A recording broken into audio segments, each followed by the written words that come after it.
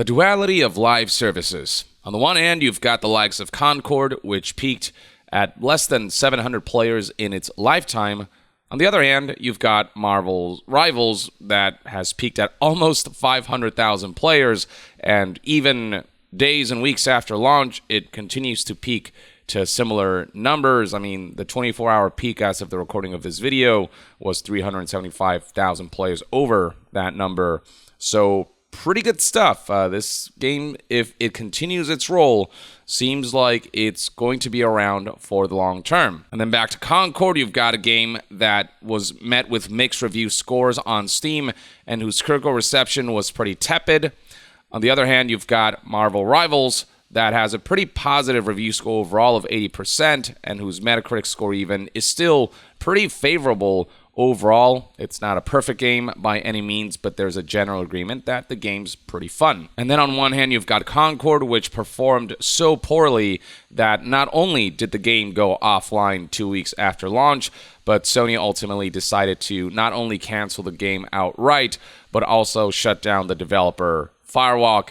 And then on the other hand, you've got Marvel Rivals, which has achieved a whopping 10 million players in 72 hours, and no doubt that number's only increased since the launch of the game, and it's just enjoying great success. And this duality is particularly comparable because they're both hero shooters, and yet one failed in the most epic fashion possible, and the other is succeeding in ways that many AAA publishers wished their games would succeed like. And so what exactly happened? What's the difference between the approach of these two games? Why did one succeed so much where the other failed so epically?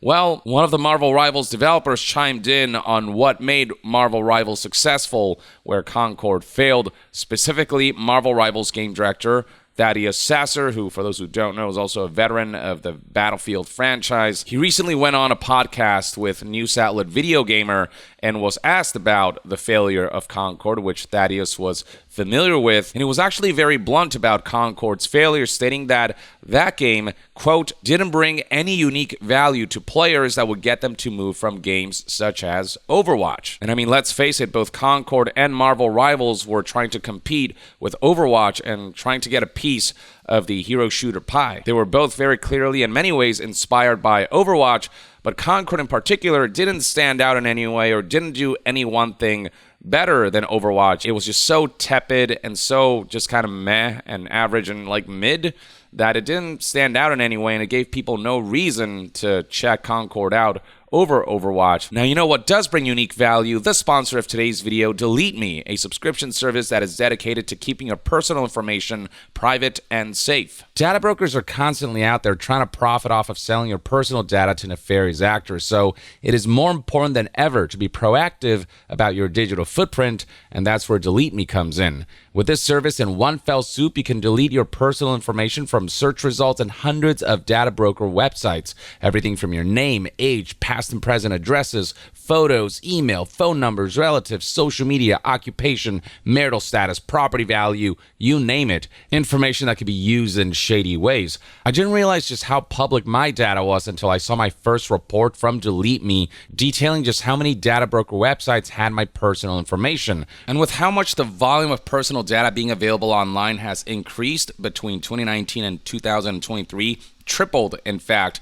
And with the holidays coming up and you not wanting to worry about that stuff, there's no better time than now than to get a service like DeleteMe to do a big sweep on your personal data. I also have the security of knowing that DeleteMe is constantly active, monitoring sites and removing data as needed, and providing privacy reports every 3 months to keep me in the know about all that stuff. You can even make your own custom requests to have your information removed from specific sources by DeleteMe's experts. So if digital privacy is a top priority for you, you can protect your data with DeleteMe by using my link, joindeleteme.com/Yong20 and my code Yong20 to get 20% off at checkout, with family plans available as well. You can also find all of this in the description and comment section below. Anyway, back to what Marvel Rivals game director had to say about why Concord failed, about how it didn't bring any unique value. He specifically highlighted how there's a switching cost when it comes to engaging with another live service of a certain genre, when switching from a Destiny to another looter shooter, or when switching from Overwatch to another hero shooter.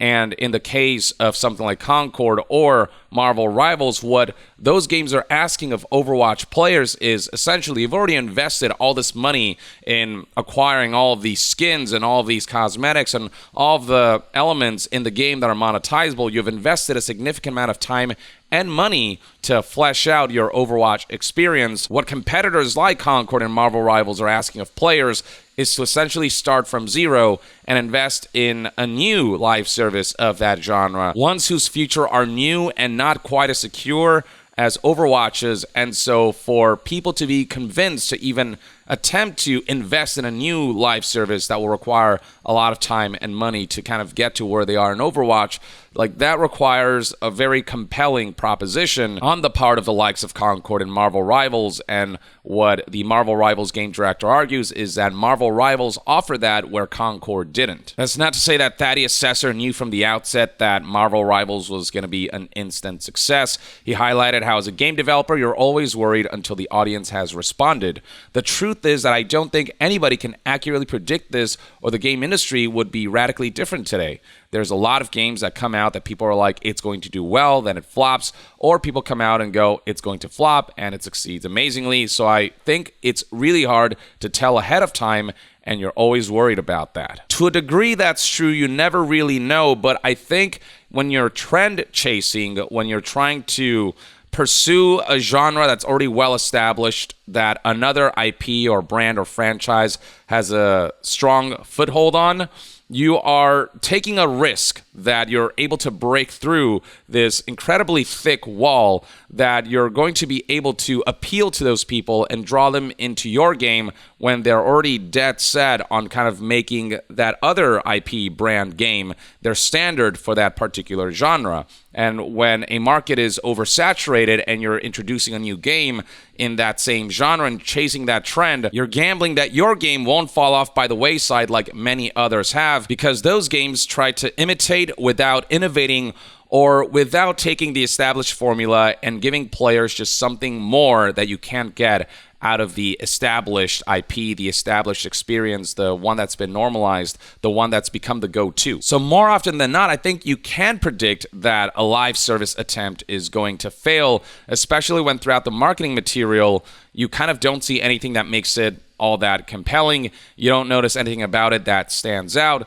And that's how you get failures like your Suicide Squad Kill the Justice Leagues, when you take an IP and put it into a genre like a looter shooter that doesn't make sense for an IP like that. That's how you get your, Marvel's Avengers. You take the Avengers and put them in a looter kind of experience instead of making what should have been a single player campaign with potentially some cooperative elements infused in there, but something more focused on a strong campaign rather than this, live service bullshit that just didn't really suit that particular game. Where something like Marvel Rivals suits the idea of a mashup of all of the superheroes from the Marvel universe. This is essentially the Super Smash Brothers for Marvel, where just about every hero you can imagine from all kinds of IPs that have been established by the MCU becoming popular, by Marvel just kind of gaining a stronger foothold in mainstream media in general because of all of the ways that Marvel has expanded across not only movies, but also,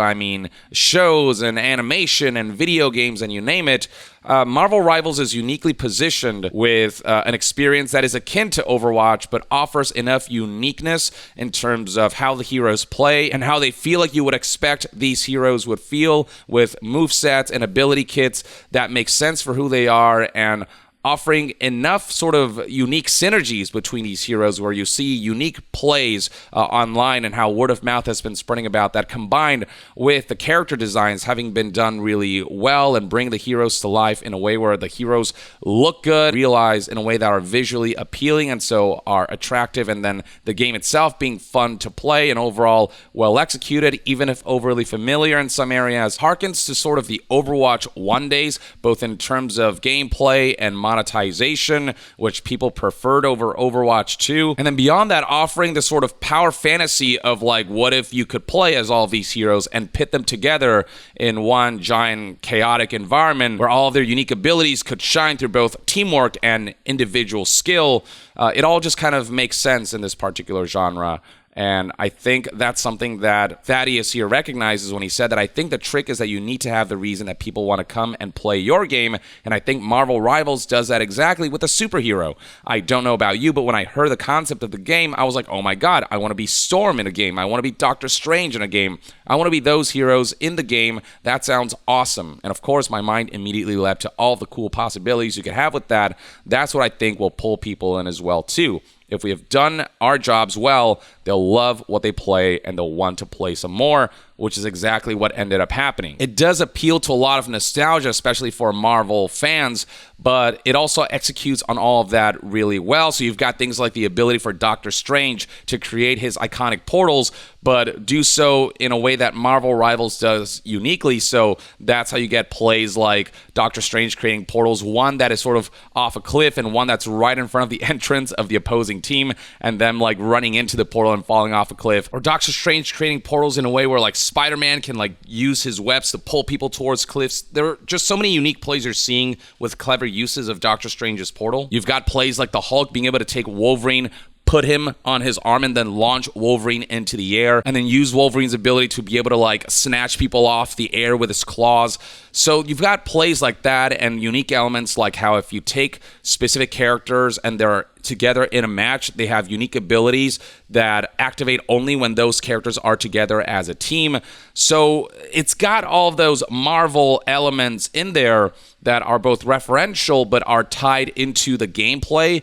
And so it all just feels like you're actually playing as the Marvel heroes, and with team-ups and with synergies that feel reminiscent to what you loved about the Marvel team-ups you grew up with when you watched the comics or when you watched the movies. And so all of that ties into what makes Marvel Rivals appealing, on top of the execution of just the fundamentals of this hero shooter being well done, being well executed. And that's something that Concord didn't have, that brand recognition. So that uphill battle that Concord was fighting was far steeper, and they just got a little cocky, especially Sony, in believing that Concord could become their next Star Wars, their next billion-dollar franchise. The amount of money that they invested in that, believing that they could just come in here with a brand new IP and tackle the hero shooter genre without it being outstanding compared to the existing status quo. Marvel Rivals was better positioned because of its brand recognition, but execution also matters, and that's where Marvel Rivals succeeded, where something like, say, Marvel's Avengers failed, which you may recall, garnered, tens of thousands of players at launch, but that number quickly plummeted into the triple digits. That became unsustainable in the long term, so Marvel's Avengers died as yet another unceremonious live service that ultimately didn't make a dent in this oversaturated market. And this goes to highlight that a brand by itself doesn't make a game successful. Just shoving the Marvel brand onto something doesn't mean it'll automatically succeed. Marvel Rivals just executed well, whereas Marvel's Avengers did not. Similarly, Suicide Squad killed the Justice League. That's the DC brand. You've got characters like Joker in there. You've got the Suicide Squad, which, have become a lot more recognizable after the movies have come out, and after they've been represented in media a lot more. And yet that game, that live service, also failed because it was just such a generic way to take the Suicide Squad IP and bring that to life. And so the execution of that also being very generic and not being outstanding compared to the competition, that also ended up flopping. It matters, especially in the space of live service that's oversaturated and demands so much time and money from people, that your game is just as good, if not in some ways or in many ways better than the existing competition. And Marvel Rivals, I think that's where they executed on that. And when the value proposition of, hey, this game is free to play is there, while offering monetization that are still kind of expensive in my opinion. I wish the prices were lower, but the cosmetics are actually compelling in their offerings, with not only the skins being, from recognizable comics and alternate versions of these characters, but also featuring those MVP highlight animations that are so cool and well realized. Ultimately, the value proposition is there, unlike Concord, which was worth $40 and just didn't offer enough features and content. And pair that with just how much more interesting Marvel Rivals looks compared to Concord, and I think how a game just looks and the first impression that it makes visually matters. Like, look at Concord characters here. Look at their design. How just kind of bland they look and blah they look compared to what Marvel Rivals offers here. It's night and day. And that kind of visual aesthetic difference and how much more appealing Marvel Rivals looks, that alone, combined with the brand recognition, makes it a no-brainer that Marvel Rivals would get the immediate kind of attention and influx of players that Concord never had a chance of getting. And so, yeah, I mean, when you really think about the journey that these two games took, it makes a whole lot of sense that the results turned out the way they are. And that, ladies and gentlemen, is everything I have to say about my thoughts on the difference between Concord and Marvel Rivals in terms of how they approached the same genre and achieved vastly different levels of successes in this field, and also Marvel Rivals' own game director chiming in on why Concord failed where Marvel Rivals succeeded. That's my take on everything. Let me know in the comments below what your thoughts and opinions are on these two games and their varying levels of successes. Let us know why you think Marvel Rivals succeeded where Concord failed. And to be further updated on all things gaming news, reviews, and discussions, stay tuned right here on Young Yeah. I'll see you guys next time. Young out.